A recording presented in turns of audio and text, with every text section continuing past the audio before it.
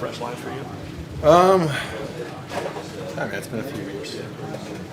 I was really fortunate enough when I was in DC to play with Nick Dowd and Carl Hagelin for quite some time. Yeah. So when I look back at my time there, that's almost how every season started. Yeah. There's a lot. What's it like that being with a new group? Yeah, I mean, that being said, like you said, I've played a decent amount of years in the league now. That it's just part of the game. It's part of the league. There's a lot of change. There's turnover in every sense. And so coming to a new team, new organization, you get to meet new guys, and obviously you learn that guys are a little different in the locker room than when you're playing against them on the ice. So it's been great. It's a really good group of guys. It's pretty rare in this game. It seems like you guys are the only group that's really been together almost every day. I mean, obviously you are the assumed line together. I mean, what's it been like growing that chemistry with those guys so far? I think the biggest thing is trying to spend time off the ice and on the ice too. Just get to know the guys. You've been on the ice and you're finding different tendencies that you might not have known playing against the guy, or might not have seen how their brain thinks. You play fast. I think the way a line like us could be successful is by anticipating what the other guy's going to do, and that starts with that chemistry.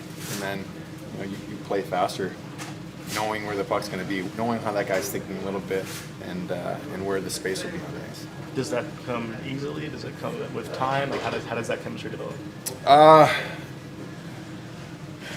I'd say usually it takes time, and in some cases it clicks faster than other cases, but you still have to work on it. We're pretty open line of communication to each other, and hey, what are you thinking there? What would you want me to do there? What play could I make to make it easier for you? And I think that's how you can start playing that kind of game you need to play. What do you like about the makeup of the three of you guys? I think lines in our situation, when a guy brings maybe a little bit something different than the guy next to him, I think that's a way that guys can complement each other. You look at Pales, he's, it's recorded, he's the fastest guy in the world. And having him in the middle, I think we're starting to learn how we are and how we have to be defensively, and how that's going to help us transition and Pale's speed and puck control, his face-offs, I think are going to be a big part of us getting the puck back, us controlling the play, and hopefully doing what we want to do. And I think D'Lo, you can see he's fearless, and he's great on the pucks, holding on the pucks too. And that right there is the way to create plays and open up space for everybody else.